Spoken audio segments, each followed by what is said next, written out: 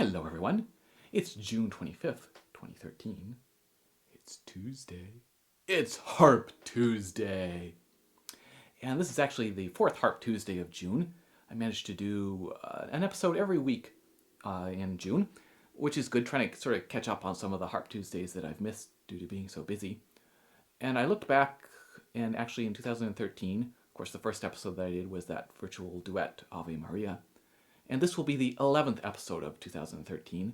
So if I actually did an episode every 2 weeks, I should do 13 episodes in 6 months. So we're pretty close to staying on schedule. And in this week's episode, I thought I would take a look at surface noise and buzzing, because of course that's a big thing about the harp. The harp is easy to play in the sense that right from the beginning it sounds good. You don't have to struggle to get a good sound like the violin or wind instruments, brass. Just plucking the string gives you a nice sound. But one of the challenges with the harp is surface noise. If we compare it to the piano, with the piano, unless you're actually hitting a key that you don't mean to, there's no extra surface noise being created. Whereas here, these strings that we play, they're vibrating. It's easy to buzz or to hear our finger replace on that string, and there's all that chance of getting some extra surface noise that we don't want. So that's definitely one of the sort of lifelong challenges of the harp, is trying to play as cleanly as possible and avoid buzzing, which is the term when, in particular, your fingernail, back of your fingernail hits a string that is already vibrating, and we get this buzzing sound. Before I get to talk about buzzing, I'm going to talk about replacing. And this is something that I think sometimes bothers people as they start, and that's that hearing a string get stopped. So for example, if you are doing something as simple as going back and forth between two notes, when we're starting, if you're doing something like that, you want to make sure that you're placing before playing, so that you play two, you're going to replace two, and then play the thumb, replace, and of course,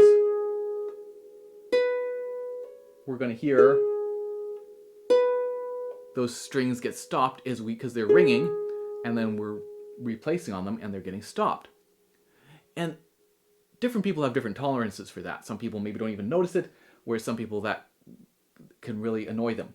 And in the very beginning, when you're just starting, that's probably the least of your concerns. You're trying to make sure that you are replacing before playing, or for example, something like placing four fingers. Let's take and then replacing to go. I think often there's very much a tendency to go, we start with all the fingers on, and then maybe replace a couple of them, and gradually place as you're going down. And yet it's so much more efficient. It may not seem to start with that it's so much more efficient, but it ends up being so much more efficient to sort of place all those fingers as one unit and get everything on there, even though we're going to hear all those notes get stopped. So working on just sort of the essentials and getting a good base of your technique to start with. And then there are a couple things to think about in terms of eliminating or reducing that replacing sound. And the first is thinking about placing firmly. So for example, let's say I play this, and I'm going to place on it again, and I'm going to sort of place my finger on it gradually.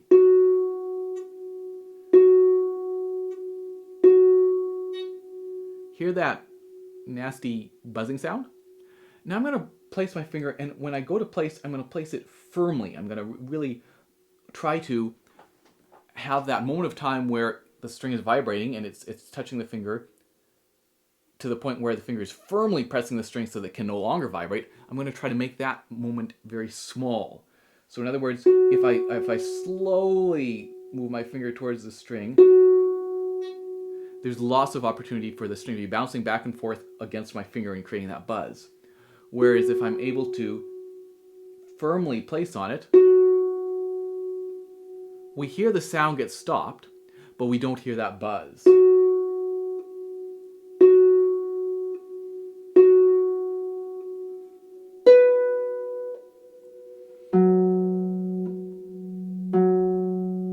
So that's something you can practice, just playing a single note. And can you place firmly on the string, right? Quickly and firmly. So those two are kind of interchangeable, and you might vary depending on what seems most helpful for you to think. Maybe it's helpful for you to think, I want to replace quickly when the time comes to go. You can take a lot of time here to think about it, and then when it comes time to replace, you're trying to replace quickly. Or you can think about firmly, because again, that idea of if it's kind of tentative, then there's more opportunity for that buzz to happen. So firmly and quickly. And then the other thing to think about is that idea of replacing at the last moment. So if we're doing something like this where we're going back and forth, to begin with, right, when we're first learning, we're going to have to think about replacing. Maybe I'll do it on something a little bit lower where it's easier to hear.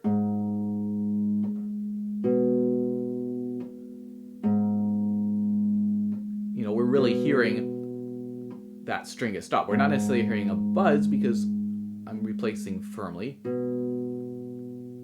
But there's that momentary time between placing the finger and playing the next finger, or thumb in this case, where we hear that the sound is gone. There's no sound happening. So as you start to get more comfortable playing, and as you're sure that you are, in fact, placing before playing, that we're not going, which is going to make it really hard to play something fast if you're having to find it each time rather than connecting back and forth. Then you can start to think about delaying this placing. So let's see, it's probably easier to see with the right hand. I'm going to open my hand up, my finger's in position, it's quite close to the string, I'm ready to place it. But I'm waiting until the last moment, and then as soon as I place it, I'm going to play the thumb.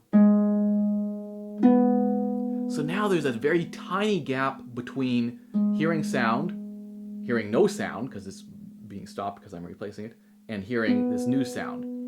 So it starts to become so small that we don't really register that there's this momentary pause of sound. Same there, right? I'm getting the thumb ready, but I'm not placing until the last moment, and then when I place, I play right away.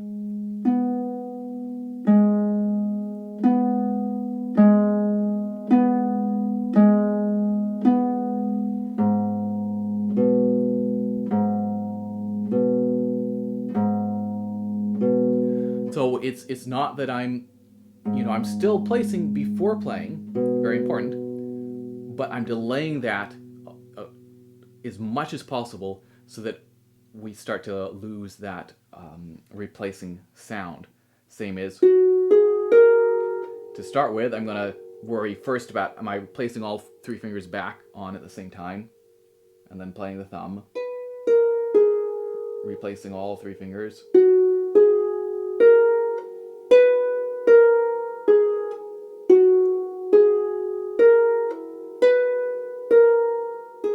But then start to think about,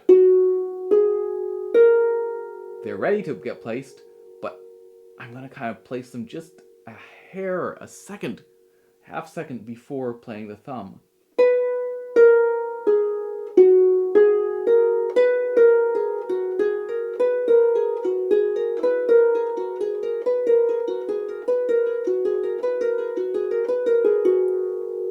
And certainly, as you develop your technique and get more proficient, there are times in something like that where you might delay. Depending on what it is, you might actually not, place something immediately. Again, as a general rule, you want to make sure that you're placing all those fingers because it's much more efficient. But there are some cases where you might just delay for half a second or something. But so there's two key concepts of placing firmly and quickly, and making sure that when you replace, that you're waiting until the last moment and placing just before playing the next note. So those will help in terms of eliminating or covering up the sound of strings getting stopped. So then the next problem is buzzing, what I would call sort of traditional buzzing, and that's where you nick a string that you're not going to be playing.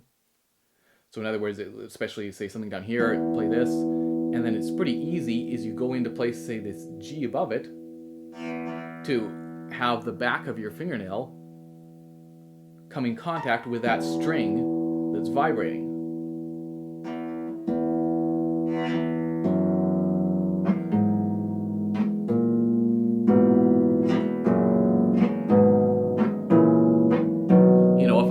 If I'm just being pretty sloppy,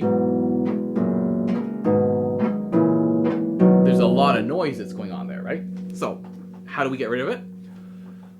Well, I think I talked about this a little bit in my look at the 4A, and basically it's just a matter of well, there are a couple things to work on, but it's also just a matter of time and slow practice and training the fingers, of learning exactly where they can go.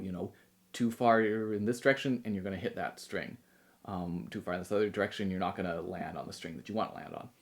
So, but there are a couple things to think about, and that is to think about getting away from the strings. So let's do a single note.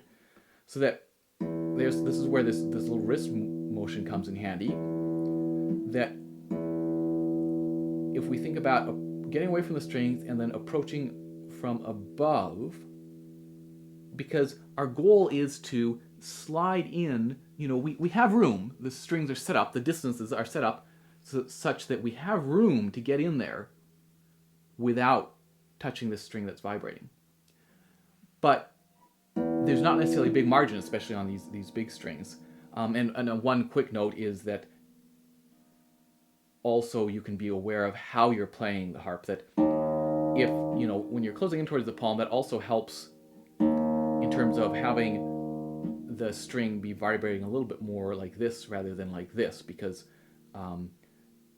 if you're kind of pulling the string towards you, you're creating a smaller window of opportunity for this finger to sneak in.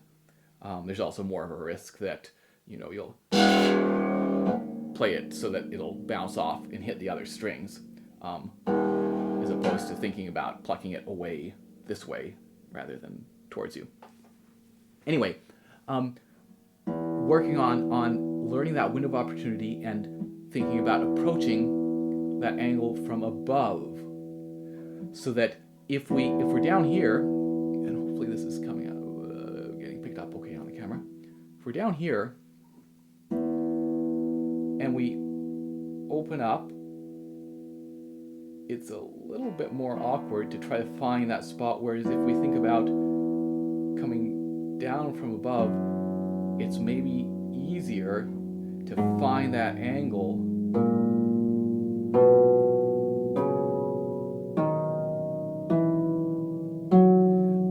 one of the reasons we connect is not only is it a lot more efficient and a lot faster, it means we don't have to worry about buzzing, no risk of buzzing. Whereas if we're trying to do lots of risk of buzzing, right? You gotta, unless of course you're doing sort of the muffling staccato notes, but so it's hard, right? It's just working on finding that angle, that spot where the finger can come in, or say a chord where it can come in and not buzz. So that, here when I played it sloppily,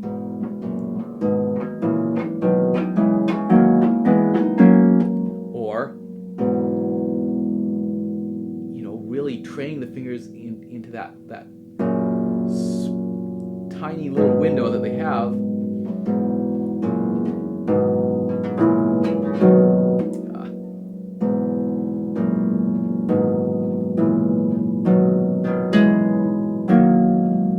And it's hard, you know, you can hear that, it's hard.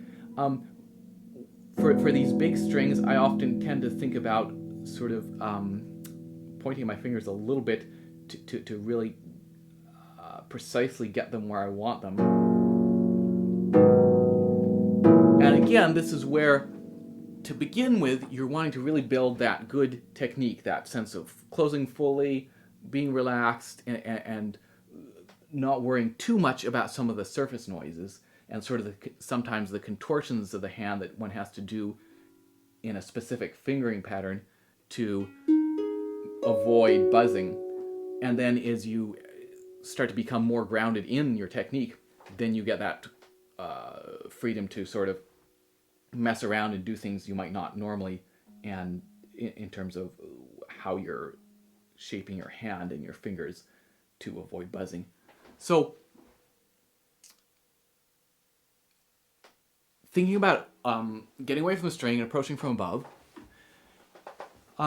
you can think about practicing something like these low chords with the left hand, right? When you got these big, you know, can I get all four fingers? Can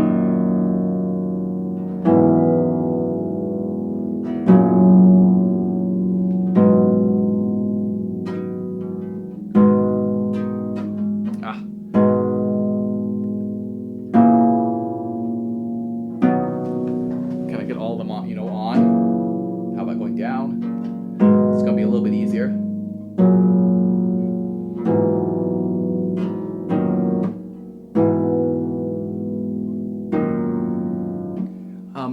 And just work on that training of the hand where it's going to go. Right hand, of course, it's easier because these strings are vibrating a lot less.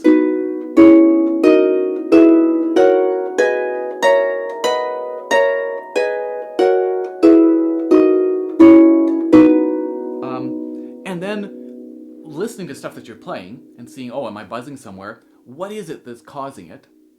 And how can I approach that to help make it easier? And then just zeroing on that and spending that time to train the finger or fingers where exactly it is that they need to go to avoid that buzzing. So yeah, I don't have any sort of magic pill to make buzzing go away.